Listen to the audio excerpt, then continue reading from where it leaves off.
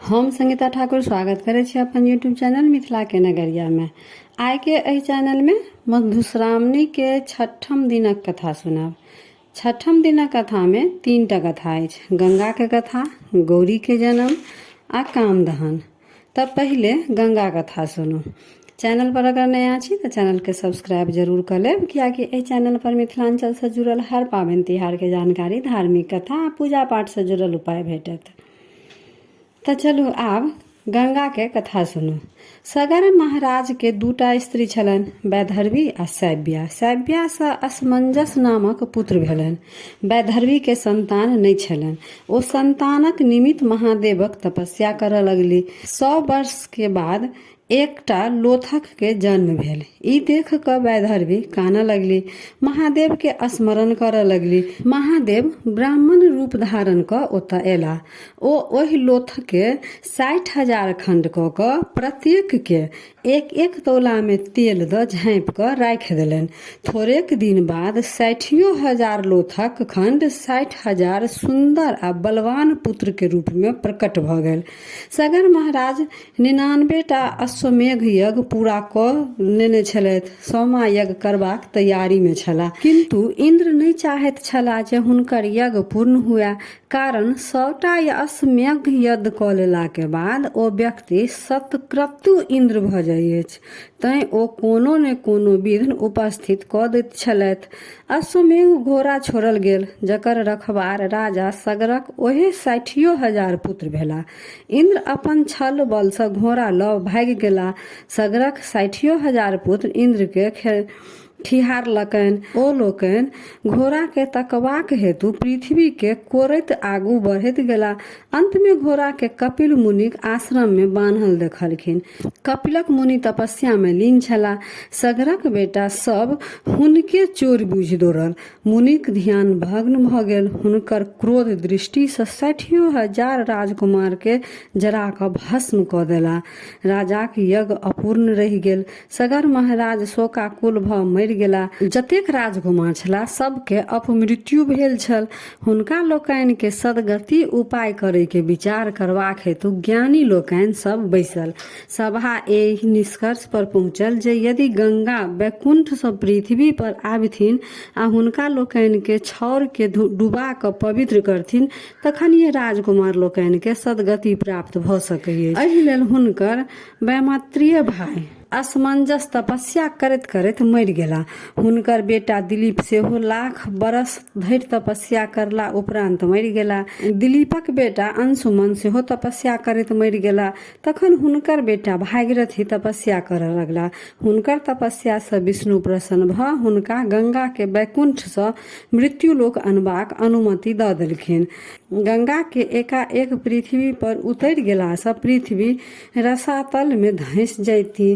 तैं हेतु महादेव हिमालय के ऊंच चोटी पर चढ़ि हुनका माथ पर उतारि कऽ जटा में समेट लेलनि।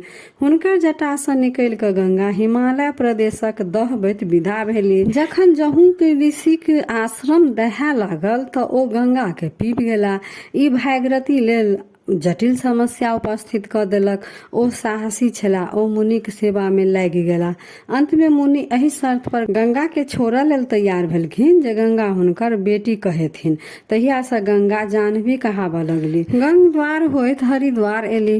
भागीरथ हुनका आगू आगू ओम्हर गेला जेम्हर हुनकर पितरक छौर। गंगा सबके दहबैत डुबबैत भागीरथक सगरक 60,000 पुत्र अश्वमेघक घोड़ा तकबा में जे खुन्ने छला, तैं आब ओ सागर कहबै अछि।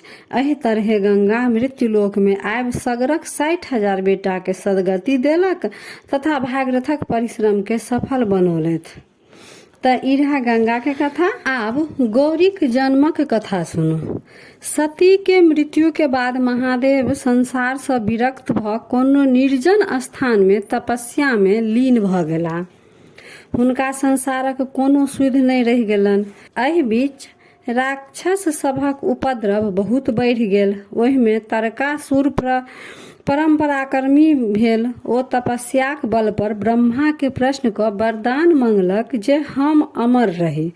ब्रह्मा कहलनि जे ई असंभव अछि। जे जन्म लेलक तकर मरण अनिवार्य अछि।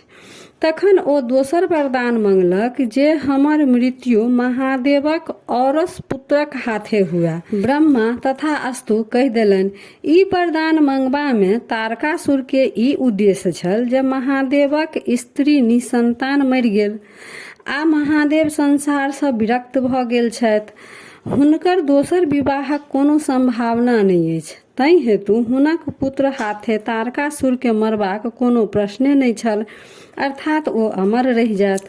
तारकासुर देवता लोकनि के स्वर्ग से भगा देलक आ सबहक राजा बनि गेल। यज्ञ जाप सब बंद क देलक। मुनि सबके सतावऽ लागल, सुंदर स्त्री सबके अपहरण करऽ लागल। समस्त संसार में कोलाहल मचि गेल। ओकर उत्पात से तंग आबि क देवता आ ऋषिगण सब ब्रह्मा ओतऽ पहुँचला। ब्रह्मा हुनकर सभक बात सुनि कऽ कहलखिन, जखन जखन संसार में दैत्य दानव सब एहि तरहक उपद्रव मचौलक तखन तखन आदि शक्ति महामाया दुर्गा अवतार ल ओकरा सभक संहार केलथि। अहाँ लोकनि जाहि महासंकट में छी तैं उद्धारक लेल हुनके आराधना करू। ओ सतीक रूप में जन्म ल महादेव सँ विवाह केने छली। ओ पुनः गौरी के रूप में जन्म लेती आ महादेव सँ हुनकर विवाह हेतनि। हुनका जे बेटा हेतनि सएह तारकासुरक वध करता। से सुनि देवता ओ ऋषि मुनि दुर्गाक आराधना में लागि गेला। किछु दिन बाद हिमालय के एकटा बेटी भेलनि। ई देख कऽ देवतागण हर्ष सँ उल्लास सँ सब फूलक वर्षा केलनि। ओ अत्यंत गोर छलथि, तै हेतु हुनकर नाम गौरी पड़लनि। तऽ मधुश्रावणी के छठम दिनक कथा में दोसर कथा गौरी के कथा समाप्त भेल। आब तेसर कथा कामदहन सुनू। हिमालय को तऽ एक दिन नारद मुनि एला। हिमालय हुनका गौरी के देखा कऽ पुछलखिन जे हिनकर विवाह केकरा संग हैत। नारद मुनि गौरी के हाथ देख कऽ कहलकनि जे हिनकर विवाह महादेव के संग हेतनि। से ओहिना नहि हेतनि। महादेव अखन अहीं के शिखर पर तपस्या कऽ रहल अछि। ई नित्य ओतऽ जा हुनकर सेवा करथिन, तखन ओ प्रसन्न भऽ हिनका सँ विवाह कऽ लेथिन। गौरी चेष्टगर भऽ गेली। हिमालय हुनका नित्य 2टा सखी संग महादेवक सेवा करय पठाबऽ लगलखिन। देवतागण महादेव के तपस्या भंग कऽ गौरी दिशा हुनकर ध्यान आकृष्ट करबाक हेतु तपोवन में कामदेव के पठौलथि। कामदेव अपन मित्र बसंत आ स्त्री रति संग ओतऽ पहुँच गेला। बसंतक महिमा सँ समस्त वनक गाछ सब फुला गेल। सुगंधित वन प्रांत गमैक उठल। फूल सब पर भमरा मर्रा लागल। शीतल समीर बहऽ लागल। चंद्रमाक ज्योति सँ वन सुंदर लागल। एहि रमणीय वातावरण में महादेवक तपस्या भंग हुअ लागल। गौरी सजि धजि कऽ बसंती फूलक गहना पहिर सखी संग ओहि वन में पूजा करबाक लेल पहुँचली। गौरी परम सुंदरी छली, तैं पर ओहि दिनक साज श्रृंगार फूलक सजावट सँ हुनकर अंग अंग सौंदर्य निखरि गेल छल। गौरी महादेव लंग जखन पहुँचली तऽ कामदेव ठिका कऽ अपन बाण चलौलथि। बाण महादेव लंग खसल। महादेव गौरी दिस तकलखिन। गौरी महादेव के प्रणाम कऽ पूजा कऽ कात भऽ ठाढ़ भऽ गेली। गौरी सुंदरता देख महादेव आकर्षित भऽ गेला। जखन महादेव गौरी पर आकर्षित भऽ गेला तऽ गौरी अपन खूब कनि दूर हटि कऽ महादेव दिस उहो तकऽ लगलखिन।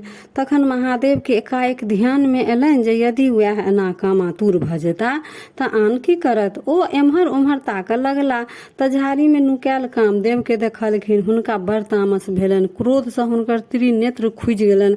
कामदेव जरि कऽ भस्म भऽ गेला। रति अपन स्वामी के भस्म होइत देख मूर्छित भऽ गेली। होश भेला पर ओ करुणा विलाप करऽ लगली। देवता लोकनि रति के दशा देख कऽ महादेव ओतऽ गेला आ कहलखिन जे एहि में कामदेवक कोनो दोष नहि छलनि। ई हुनके सभक प्रपंच छल जे महादेव कहुना गौरी दिस आकृष्ट भऽ हुनका सँ विवाह करती। तखने तारकासुर सँ हुनका सभक उद्धार भऽ सकै छल। महादेव कहुना रति के स्वामी के जीवाक उपाय कऽ देथुन। महादेव कहलखिन, कामदेव के मृत्यु नहि भेल, मात्र हुनकर शरीर जरि गेलनि। हुनका अखन ओ शरीर प्राप्त नहि हेतनि। समुद्र में संबर नामक दैत्य छै। रति ओतऽ जा अखन ओकरे संग रहथिन। द्वापर में श्री कृष्ण बेटा प्रद्युम्न भऽ जन्म लेता। जन्मते संबर हुनका उठा कऽ अपन नगर लऽ जायत। रति के ओतय से प्रद्युम्नक रूप में कामदेव भेटता। भेटतन। जखन ओ पैघ होता तखन संवर के मारि कऽ ओकर धन संपत्ति सहित रति के द्वारिका लऽ जेथिन आ रति से विवाह क सुख से विलास करता। ई बात देवता लोकनि के कहि कऽ महादेव अंतर ध्यान भऽ गेला। रति संवरक ओतऽ आश्रय लेबाक हेतु विदा भेली आ कामदेव से पुनर्मिलन के प्रतीक्षा करऽ लगली। तऽ यह रहा छठम दिनक तेसर कथा कामदहन। तो मधुश्रावणी के तीनू कथा हम एकेटा वीडियो में दऽ देलहुँ। सुनि कऽ कमेंट कर जरूर करब जे केहन लागल, आ नीक लागल तऽ लाइक शेयर सब्सक्राइब कऽ मैथिली भाषा के सपोर्ट जरूर करब। तो फेर उपस्थित होइ छी एकटा नया वीडियो के संग। ताबे तक जय मिथिला जय मैथिली।